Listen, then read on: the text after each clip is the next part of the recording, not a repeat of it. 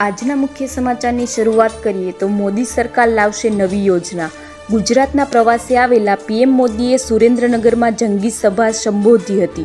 આ સભામાં તેમણે ફ્રી 300 યુનિટ વીજળી અને સોલાર વીજળી વિશે સમજાવતા લોકોને કહ્યું હતું કે ચૂંટણી પછીનો પ્લાન મેં તૈયાર રાખ્યો છે। તમે તમારા વાહન ફ્રીમાં ચલાવી શકશો, તમારે પેટ્રોલ કે ડીઝલનો ખર્ચ નહીં થાય, તમારું બિલ ઝીરો આવશે। આવનારા સમયમાં પીએમ ઇલેક્ટ્રોનિક વાહનોને લઈને સૂર્ય ઉર્જા ભરપૂર ઉપયોગ કરવાની યોજના હું ઘડી રહ્યો છું।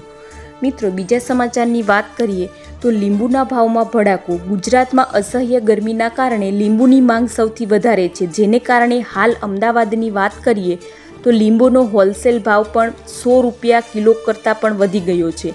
તેમજ શહેરના પશ્ચિમ વિસ્તારમાં લીંબુનો રિટેલ ભાવ 180થી લઈને 200 રૂપિયા સુધી પહોંચી ગયો છે। સારી ક્વોલિટીના લીંબુ અમદાવાદમાં હાલ 200 રૂપિયા કિલોમાં વેચાઈ રહ્યા છે। ગરમીમાં તબીબો લીંબુ પાણી, છાશ અને નાળિયેર પીવાનું પસંદ કરી રહ્યા છે।